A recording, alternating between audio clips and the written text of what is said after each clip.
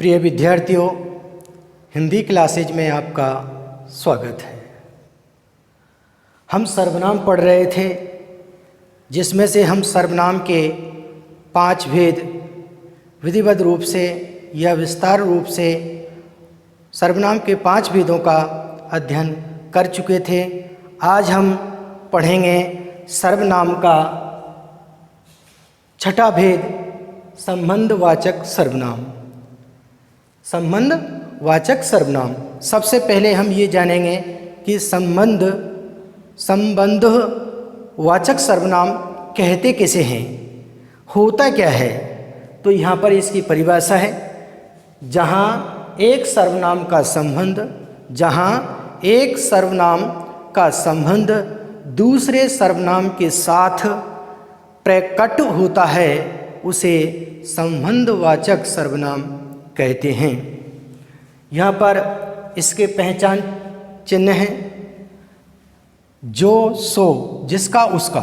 आपको ये ध्यान में रखना है कि जो, सो, जिसका, उसका, इस प्रकार के सर्वनाम जो संबंधवाचक सर्वनाम हैं, ये आपको किसी उदाहरण के अंदर या किसी वाक्य के अंदर आपको देखने को मिलते हैं। तो आप अंदाज़ा लगा लीजिए कि ये संबंधवाचक सर्वनाम है या ये उदाहरण संबंधवाचक सर्वनाम के हैं। यहाँ निम्न उदाहरणों द्वारा संबंधवाचक सर्वनाम समझाया गया है। यहाँ पहला उदाहरण है, जो करेगा सो भरेगा। यहाँ जो सर्वनाम है और ये सो सर्वनाम है। ये सो सर्वनाम आया है जो सर्वनाम के स्थान पर, तो जो करेगा सो भरेगा, यानी कि जो कार्य करेगा उसका परिणाम वो ही भुगतेगा जो कार्य कर रहा है। तो यहाँ ये सो सर्वनाम आया है, ये जो सर्वनाम के लिए आया है, ये जो सर्वनाम के लिए प्रयुक्त हुआ है, इसलिए हम कह सकते हैं कि यहाँ पर संबंधवाचक सर्वनाम है। इसी तरीके से यहाँ पर दूसरा उदाहरण दे रखा है, जिसकी लाठी उसकी भैंस। जिसकी लाठी उसकी भैंस। यहाँ पर जिसकी, उसकी, ये सर्वनाम शब्द हमें देखने को मिल रहे हैं, इसलिए हम अंदाज़ा लगा लेंगे कि ये संबंधवाचक सर्वनाम है। जिसकी लाठी उसकी भैंस। अब जिसकी लाठी यानी कि जिसमें शक्ति है, भैंस उसी की है। भैंस किसकी है? जिसमें शक्ति है, जिसमें ताकत है, उसी की वो भैंस है। तो ये उसकी सर्वनाम शब्द आया है, ये जिसकी सर्वनाम है, इसके लिए प्रयुक्त हुआ है। इसलिए हम कह सकते हैं कि जिसकी लाठी उसकी भैंस, ये वाक्य है या ये उदाहरण है, इसमें संबंधवाचक सर्वनाम है।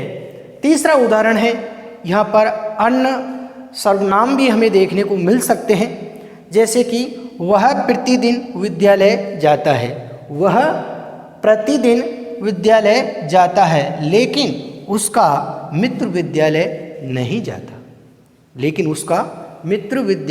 नहीं जाता।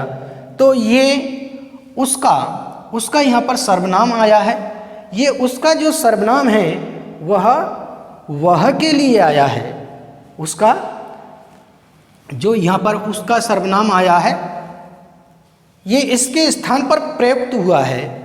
वह प्रतिदिन विद्यालय आता है। वह यानी कि ये प्रतिदिन विद्यालय आता है, लेकिन इसी का मित्र, उसका इसके लिए आया है, वह के लिए। तो लेकिन उसका मित्र विद्यालय नहीं आता। तो यहाँ वह और उसका, ये दोनों सर्वनाम हैं, इसमें एक दूसरे का संबंध प्रकट हो रहा है, इसलिए हम कह सकते हैं कि ये संबंधवाचक सर्वनाम है। आप इन्हें,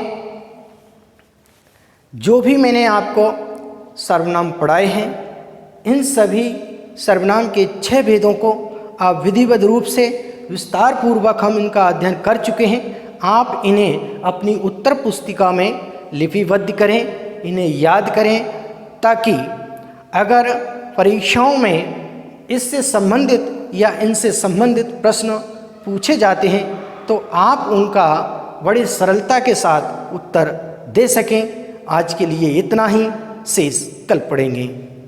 थैंक यू।